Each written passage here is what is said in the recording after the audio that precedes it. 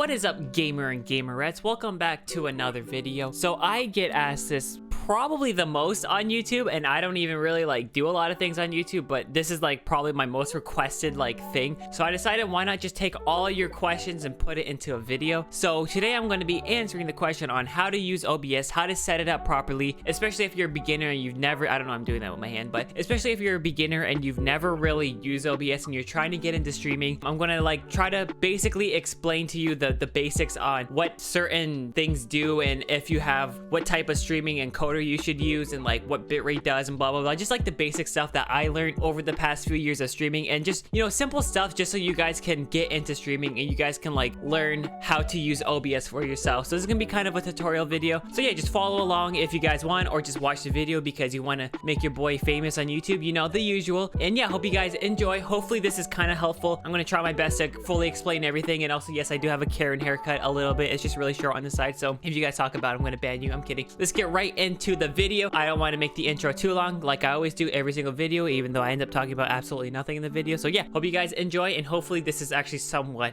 of a help for you guys. So yeah.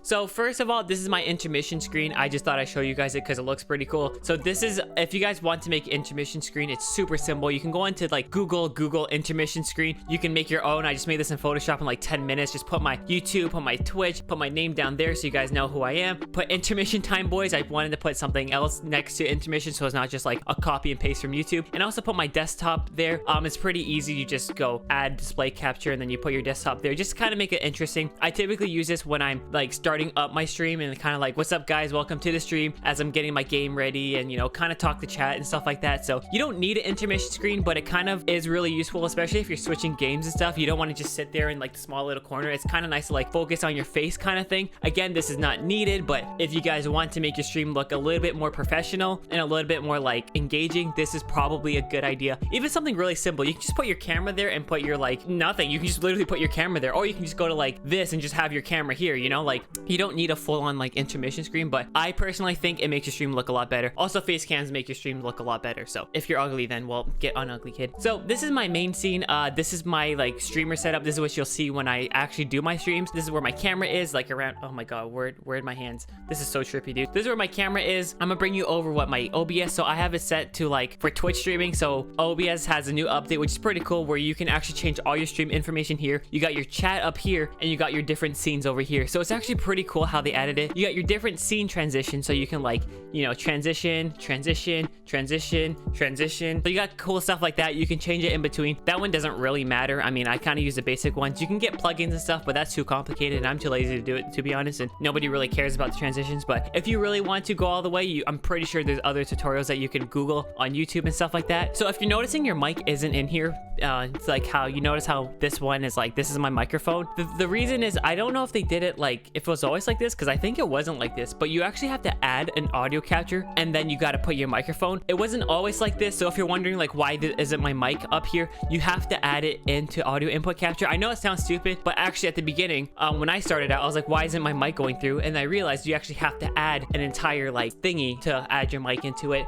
This video capture device is for your webcam. So as you can see, I'm a bit bigger now. This thing is to add your webcam into it, or you can also use this to add an Elgato. My Elgato doesn't work, so I don't use it. And there's also OBS virtual camera, which I don't know what it is, but it seems pretty cool. I'll have to play around with that one day. You can add a border around it. I think it looks more professional. Some people actually get away with just having their camera there. If you can, you don't have to put it where I'm putting it. I'm putting it in here because I think it shows off the game the most, and it shows off me the most, because some games put information here. That's actually pretty important information. So you can just move around your camera, stuff like that. It doesn't really matter what you do with your camera, you can put it anywhere you want. It's just, I prefer to keep my camera in here and also keep a little bit of space over here so that you can kind of see, because when I played Cyberpunk, for example, they put all the text over here, so you can't really see it. I guess no matter where you put your camera, you're going to be covering the game unless you get a green screen and you put your body in the bottom right corner kind of thing. But in terms of camera placement, put your camera wherever you feel looks the coolest. You don't have to put it anywhere, or you just don't have a camera at all, honestly. For example, when I have this, oh, you guys can't see anything, but when I have this is what it looks like without anything. You don't need a camera. Some people can get away with it. I personally think webcams make your stream look a lot better, but I mean, obviously you don't have to. You can do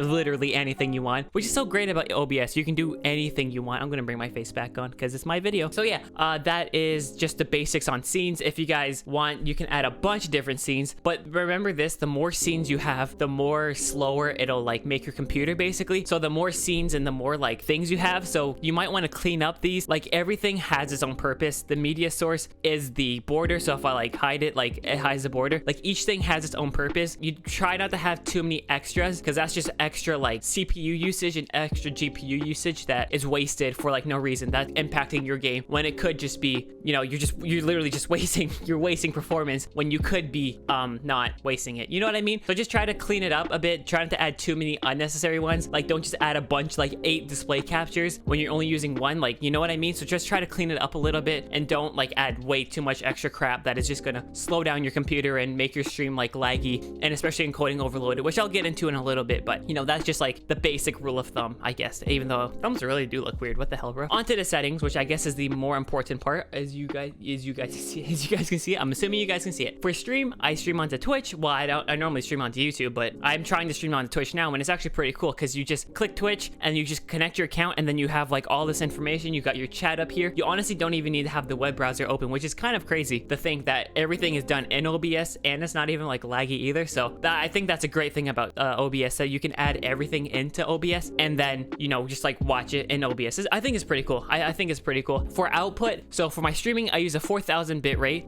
Bit rate is dependent on your internet speed. So you guys can go into like a quick internet tester and see how fast your internet is. So if you have like a, say like a 6 megabits per second upload, for example, which I think is like kind of average for like most people. Some people, if you have like 1000, honestly, you can have your bitrate at whatever. But like, for example, for me, I have, I think a 10 megabit per second upload or megabyte per second upload. So it's kind of like 1000 kilobytes is like 1 megabit essentially. So 4000 kilobytes is if I have 4 megabits per second. I use 4000 because if I use the max, it'll probably lag my stream because it's kind of a bit too much over my bandwidth. And also because other people use internet in the house, so like I will kind of lag them out. Like this isn't using too much, but you don't want to have too low or else it's going to look really blurry whenever you look around and stuff like that. So you want to set your bitrate close to around where your internet speed is. I think there's other videos and you can probably Google it and probably get a better answer, but essentially just have your bitrate around where your internet speed is. So if you have like a 7 megabit upload, then have it at like 6000, maybe 5000. I mean, you can have it lower. Honestly, you could probably get away with 4000 to 5000 and it'll look great and you probably won't even notice it looking bad at all, to be honest. It's just dependent on what your internet speed is. So kind of compare bitrate. Bitrate doesn't really have anything to do with performance. It's more like what internet speed you have. Bitrate is basically internet speed. So I use actually the NVENC encoder. I have an RTX 2070, so it's like an RTX card. So the new NVENC is super amazing. If you guys have an RTX card or if you guys have a newer GTX card, use an NVENC encoder. It is amazing. It like puts zero load on your CPU. It doesn't use that much GPU either, and it still looks amazing. So like I suggest using the NVENC encoder. It's the new one, of course. Like you notice how it says new underneath it or new next to it. I would use a new NVENC encoder because this encoder is amazing. It looks really good. I also put it on max performance, so I get the max performance. You kind of lose video quality,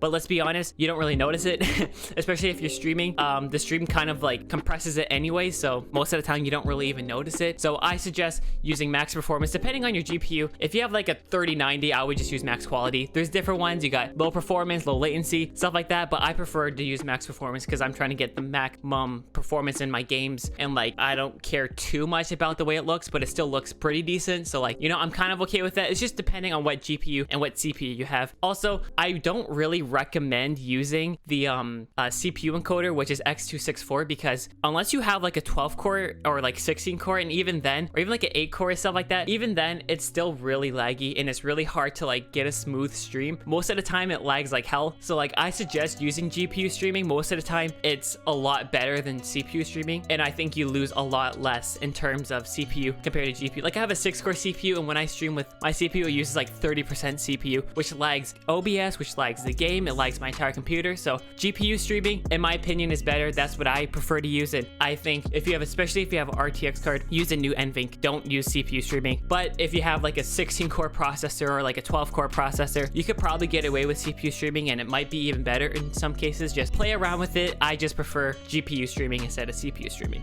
Profile high, I actually don't really know what that does. I don't know what GPU does. Honestly, I don't know what any of that does. But until recording, I just use the same thing as my GPU streaming, not GPU streaming. I use the same same thing as my streaming encoder, and my bitrate is 10,000 because it doesn't really matter how much internet you have. It's just you want the highest. I just put it like to 10,000 because I want the highest quality, so I don't really lose quality for like nothing, because it doesn't really matter because you're not using internet when you record, you know what I mean? So just set your bitrate as high as you want. To be honest, I haven't really noticed anything different unless I'm doing that wrong. Also, for rate control, put constant bitrate or CBR. That will give you a constant bitrate. It won't like fluctuate. It'll be like, it'll try to give you the same amount of bitrate throughout the entire thing. So it'll be like, you know, like a line instead of like kind of thing. So try to have constant bitrate, or not try to have that on, because that's a very important thing. For audio, I actually don't know what this means. It's just audio. For video, video, it depends. If you have a 1080p monitor, put it to 1080. Put your base canvas. Typically your base canvas resolution you don't want to change. It's just dependent on whatever your monitor is. So if you have a 1440p monitor, set it to 1440p. If you have a 720p monitor, for your output, it depends on what you want to stream. For example, for my streaming, for my output, I have it scaled to 1920 by, no, I have it scaled to 1280 by 720 when I stream onto Twitch, but when I record, it's to 1080p. The reason why is because Twitch, you can't stream more than 720p, so there's no point in streaming 1080p, putting all that load on your computer for no reason when you only see it as 720p on Twitch. That's the reason why I have this option selected. But for video, you kind of just want to output it as 1080p because it's like the base thing, so you output as 1080p for like everything so that it doesn't mess up your recording. But when you stream, just click this button for 720p to stream 720p. If you're streaming onto YouTube, you can't stream 1080p, so I suggest streaming 1080p on YouTube instead if you're streaming onto YouTube, because YouTube allows 1080p, and 1080p looks a lot better than 720p. At least on YouTube it does. On Twitch, for some reason, 720p looks amazing. I don't know why. So just stream on 720p on Twitch, because you don't want to lose performance for no reason, because you don't really gain anything out of streaming onto 1080p onto a 720p. You know, it's just downscaling it for no reason. So yeah, that's why you just leave that, and you want probably 60 FPS. I wouldn't put like 59 or 54, because I think there are different options like that. So I would say for your common FPS values, put 60, because 60 looks the best, it's the smoothest, and it's a constant like 60. Like if you look at the bottom right corner, it says 60 FPS. You don't want it to be like 59 or else it'd be kind of like choppy. So 60 is like super smooth, you know what I mean? Hotkeys, I actually have different hotkeys set up, and advanced, I haven't touched anything in advanced, so I would not play around with that. But different hotkeys, like I can do like, this button goes to intermission, this button goes to this button goes to that, you know, this one, and the M1 goes back to this. I also have a start scene, which looks a little something like this. I also have a end scene, which looks a little something like this.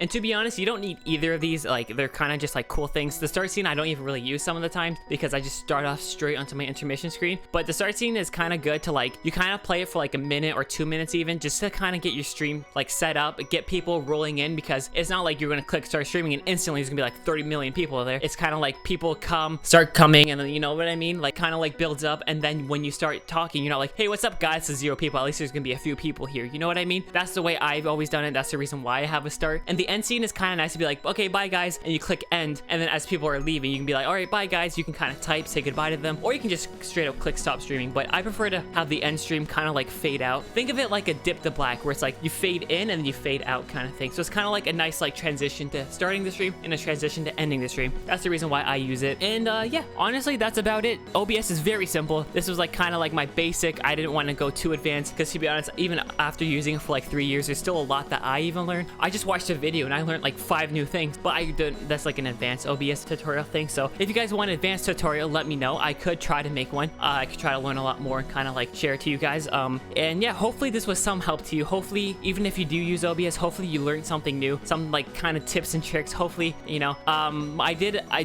oh my god, I can't freaking speak, dude. I did do a video recently, not recently, it was like 2 years ago. Actually, I did a video a while ago about OBS, but that's a little bit outdated, so that's why I kind of redid it, and hopefully it kind of helped you. If it didn't, let me know in the comments, and I'll try to like help you out. If you guys have any questions, let me know in the comments down below, and I'll help you with as much as I can.